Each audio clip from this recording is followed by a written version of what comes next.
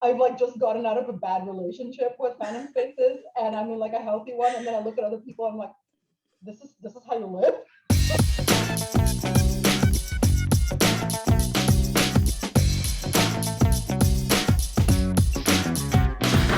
Hello, everybody. I am the Amanda Rogers, and welcome back to Fandom Friends. Today, I have my good friend Kiki with me, kikibats. You might recognize them from TikTok, Instagram, everywhere.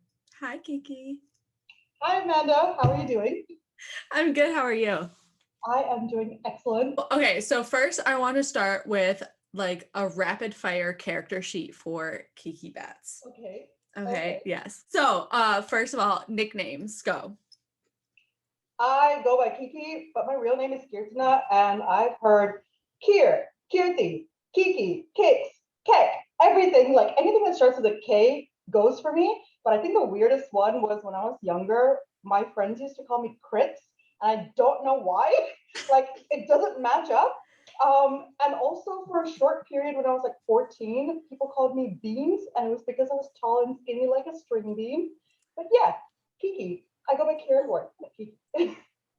I've always known you by Kiki, so I Yeah. just went with that one. Okay, so what's your go-to snack? Ooh, I have to think about that one. Mhm. Hold on. Buffering. I I'm just like looking at my snack cupboard right now to be like, what do I normally eat? I'm always a chips and salsa person, like chips and dip. Oh, because I really like. I'm really basic with my chips flavors. I really like just ready salted Lay's. That's my like go-to snack. But I think I prefer sweet stuff, so I tend to have like chocolate things like Pocky and like mini chocolate rolls and just like chocolate biscuits And and mint wafer biscuits. chocolate. Favorite anime or manga? Oh, that is interesting. So favorite is Haikyuu. The best one I've seen is Full Metal Alchemist Brotherhood. My favorite manga that I read before I watched an anime is Spy Family, and I'm gonna stick by that one. Do you have like a current brain rot? I feel like my current brain rot has been my forever brain rot, which is Haikyuu. It never leaves my brain and body. I think I was in a very strong Spy Family phase for like a good 3 or 4 months, but I feel like because everything's on hiatus right now, I'm not so strongly brain rotting into anime. But yeah, Haikyuu and Spy Family. Do you have a special talent? Oh, I'm good at everything, Amanda. What define special talent? Or like just something that you wouldn't, I think people wouldn't expect from you. Ooh, I gotta think about this one too. What can I do? I feel like everyone knows that like I'm both math and English kind of like analytical kind of thing. Me, I open cabinets and doors with my feet. It's a very strange talent, but I'm very good at it. I don't know why. Oh, I got one. So I can fall asleep on public transport or in a plane and never ever miss my stop. I am up like 10 seconds before a stop or before the food trolley arrives. I've never missed one in my entire life. Heck yeah. I wish I had that talent.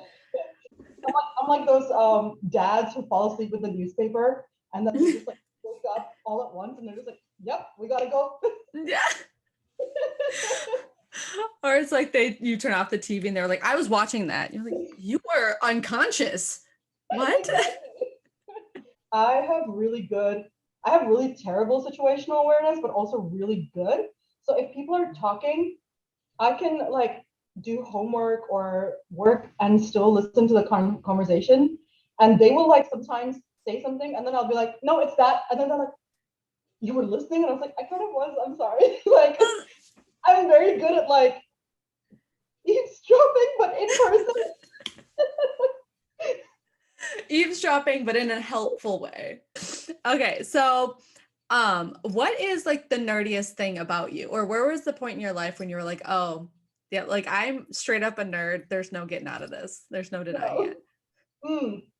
I think like my entire family is quite nerdy in a way that I didn't think that it was unnatural until I met other people, because my family's very into like sci-fi, fantasy, like they would buy me encyclopedias to read. Like when I was a kid, I used to have like sets of encyclopedias that I would read, and I thought everyone did that. Turns out they didn't. So I feel like the first time I realized that I was actually like deeply nerdy was, have you ever heard of the website Sporkle? I have not. Oh my God. Okay. It's spelled Sporcle, but they have a lot of like trivia kind of quizzes. So there was a time where it asked me to list out every single character that was mentioned in Harry Potter, and it was like 400 of them. And I could mention every single one of them, like including the authors of each of the books and stuff. I can't do it anymore, but back in like 2012, I could. And when I finished that, and I was like, I didn't even need to Google any of them. That's when I realized that there's no turning back here. You're in it for the long haul. Yeah, exactly. That's fantastic. That's, and then leads me to my next point. There's a lot of things that I love about your content and you as a person. There's so much variety to you and your content that it just makes me so happy every time you come up on my page, or like I get a message from you or something. You have this fantastic mix between like your intellect and your humor and like all of your skits and all of the things that you do, and your personality shows through every time just phenomenally. I love that. Like you have perfected it. I'm like, that's my biggest worry, that I don't have enough personality coming through sometimes, and sometimes I'll almost like dial it up just because I'm like, I sounded a little monotone there, and then I'll be like, let's get into it. So like, I think it's really interesting because when I started posting stuff, there would be a few creators that I would look through to see who was posting what and where, and you were one of them. So I'd look through your content and be like, how is Amanda doing things? Oh my God, is she posting multiple like fandoms and stuff? Are they doing like many anime? Can I do that? And then I saw you do it and I was like, I'm doing that too then. So Yeah. you were like one of my inspirations. Oh. Also, I love that you're able to take like the inspiration from others and like, make sure that you are getting that I guess the draw in, like you pay attention to stuff like that, like the way that you're talking, if you do have a monotone voice and stuff like that. And that it honestly, those little details, they do matter. Like they pay off because like you like I know that it's been said before and I know that you've mentioned it before, but like you can talk pretty fast in your like videos, but it keeps you entertained.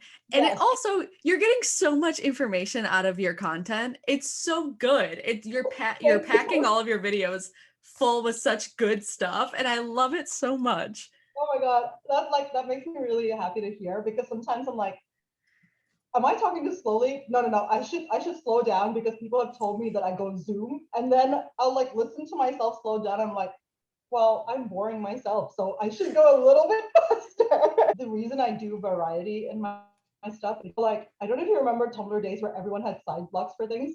I was not that kind of person. I'm just like, I'm gonna be a clown on main, and I'm gonna have one account and do it. So if they ever ban my main account, I'm a little screwed. But we're just gonna put all of it out there and take none of it back.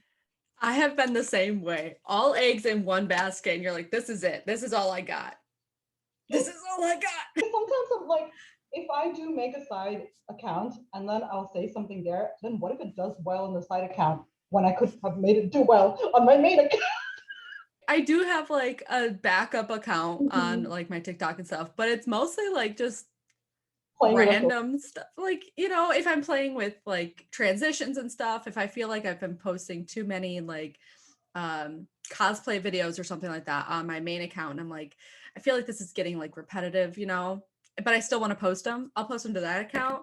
But then I do have that in the back of my mind too. I'm like, what if it does good? It doesn't, I know it doesn't matter in the grand scheme of things, but like Sometimes it's just like, I wish I could do everything on my main account, and I can, but also I can't. So Yeah, because you're like, well, I get in my head where I'm like, people didn't follow me for this stuff.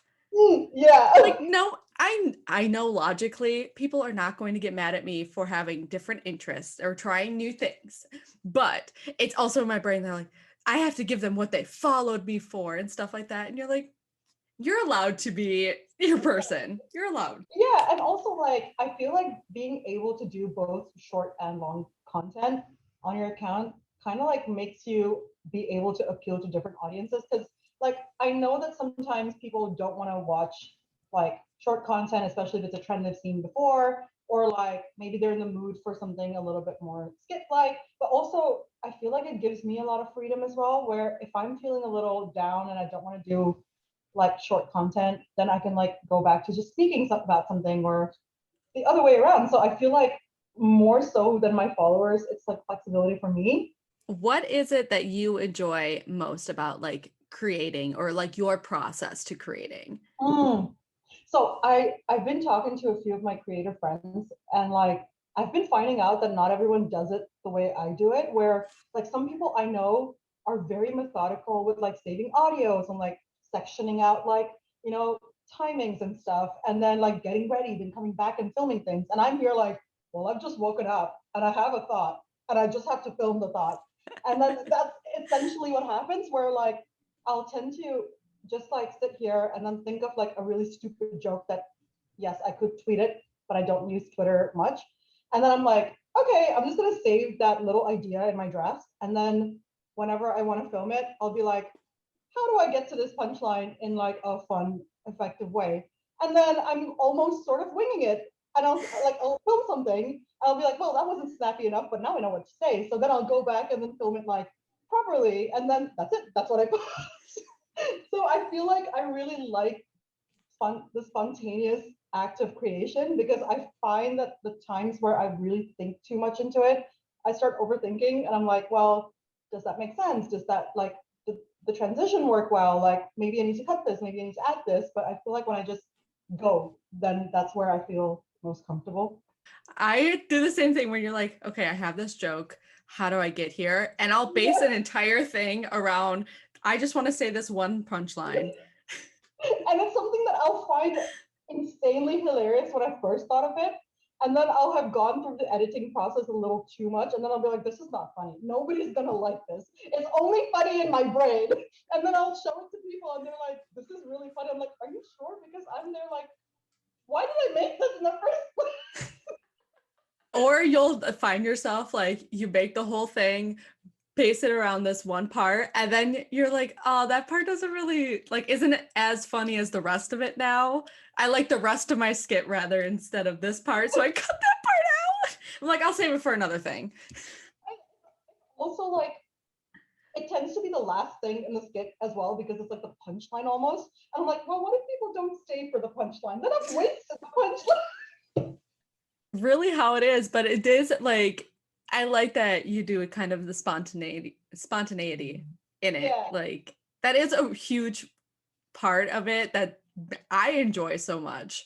So it Yeah. makes me happy to know other people do the same thing. Sometimes when I don't post and I take a break and stuff, I'm like, what do I actually want to make? And then I have like 50, 100 ideas saved, and they were really fun at the time, but then I didn't film them. So now I'm just like, okay, now it feels like a chore to go back and film them, even though I still like them.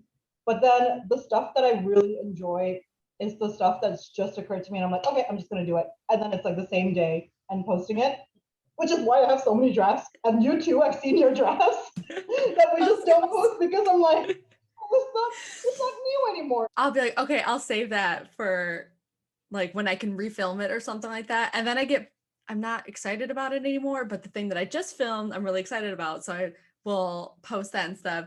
I have been able to go back when I'm feeling like Yeah. not inspired. I have been able to go back and find some of those and revamp them and like refilm them in a different way than I had originally had it. And it ends up being really funny and I get excited for it again. But so I mean, at least you have an arsenal. Like yeah, so many of my drafts. Like I feel like my main creation process either happens when I'm brushing my teeth or in the shower or while I'm on the toilet.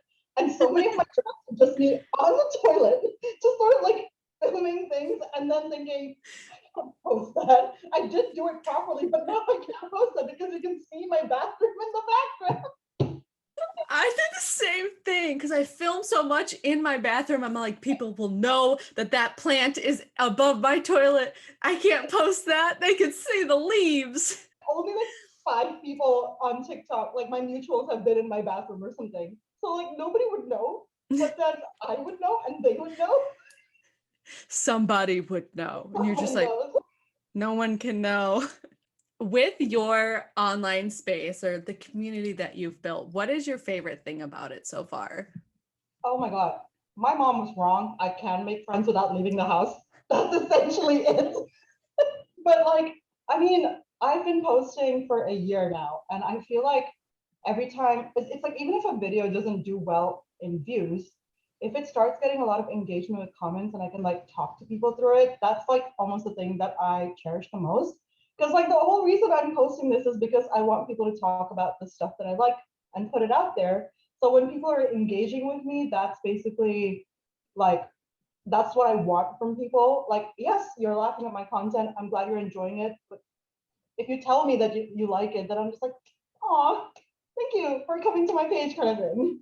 So that's the main thing. And then after I started making some mutuals and actually talking to them, it's like it makes such a difference to meet friends with the same interests as you because you don't have to like safe safeguard or like gatekeep your own interests from like people. Because like with other people you meet out in work and stuff, I'm kind of like, so I'm into like Japanese animation, and they're like House Moving Castle. I'm like, yes, like House Moving Castle and not gay volleyball players.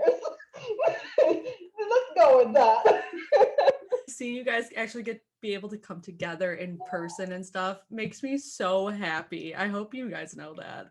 Oh my God. That was me when I was watching everyone meet for Anime NYC because I kept seeing so many of my mutuals like in the same room and talking to each other. I was like, I want that. I'm so happy for you. I'm glad you made friends with each other. And then now like everyone goes to like cons together and meets up and stuff. And I'm like, I feel like November was a turning point for a lot of people on anime TikTok.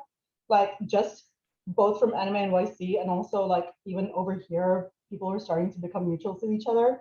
So now like almost like half a year later, so many people have like met, and it's making my heart like so warm to know that it's a real community.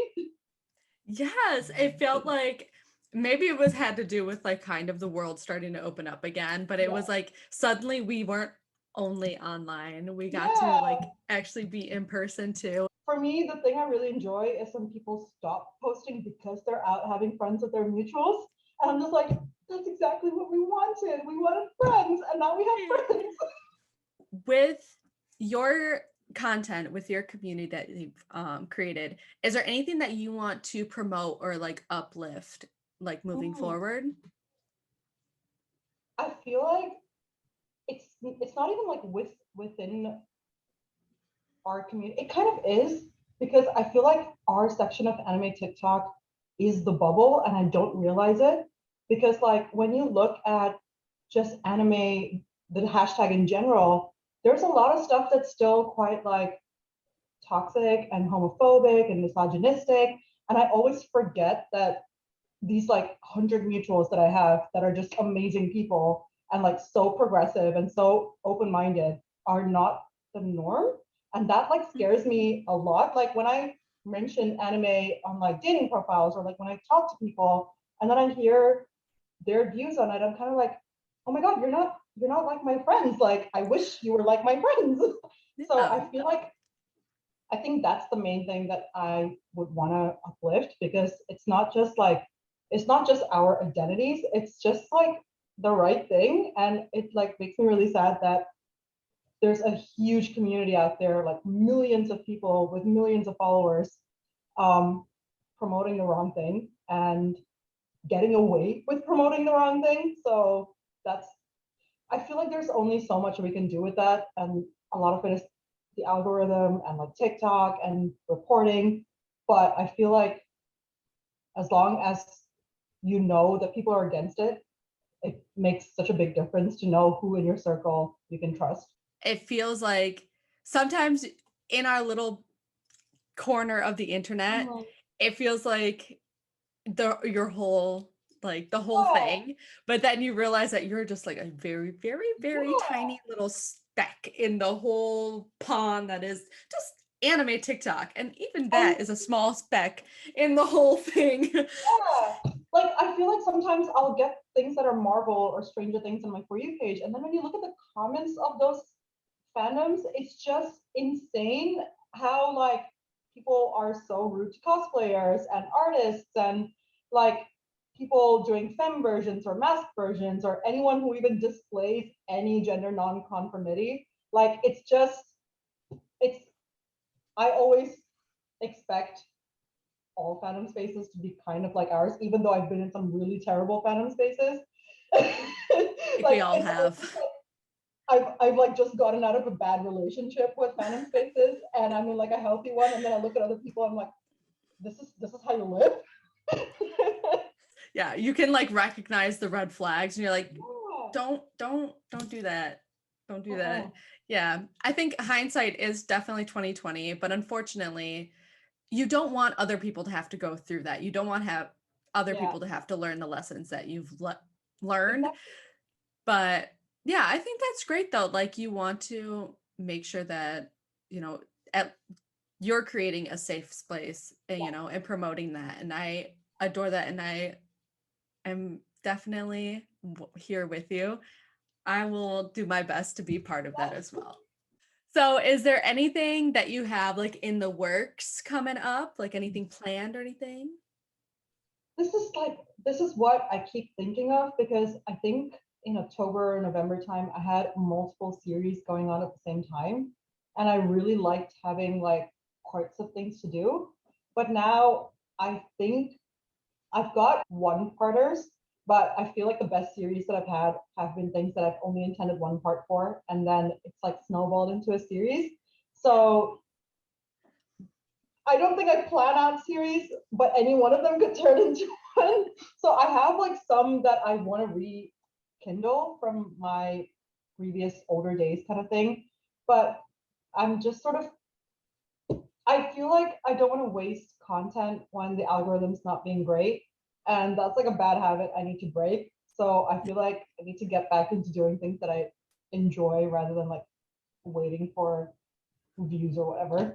And if you enjoy it, the views come to you too. Exactly. Like you can tell when you're enjoying it and it's stuff that you like. And even Yeah. if the views aren't great, and if you keep making parts to it, even for the 3 people that do enjoy it or comment on it, that's worth it in my eyes. Yeah. I feel like that's what I think you forget when you start growing as an account because you get used to more engagement. And when you don't get it, you're kind of like, well, maybe I suck. But then when I think back to when I was a much smaller creator and still having fun and making parts and stuff, it was only because people were still watching and engaging. And they're still doing that. So it's almost like if I'm having fun, why should I not continue doing it? Exactly. I love that. Where can people find you on the internet? Okay, so I've got my main TikTok at kikibats. I've been thinking of making a backup as well, which I will tell people if I do.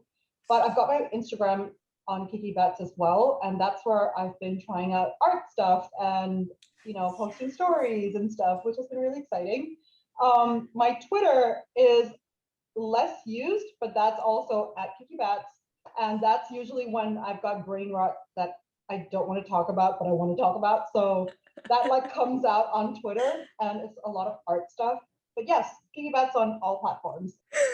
Okay, well, thank you so much again for joining me today. It's been a lot of fun. I'm glad we got to talk one on one Yeah, me finally. too. This is really fun. And thank you guys for watching. I will see you guys in the next episode of Fandom Friends. And thank you again, Kiki. Bye.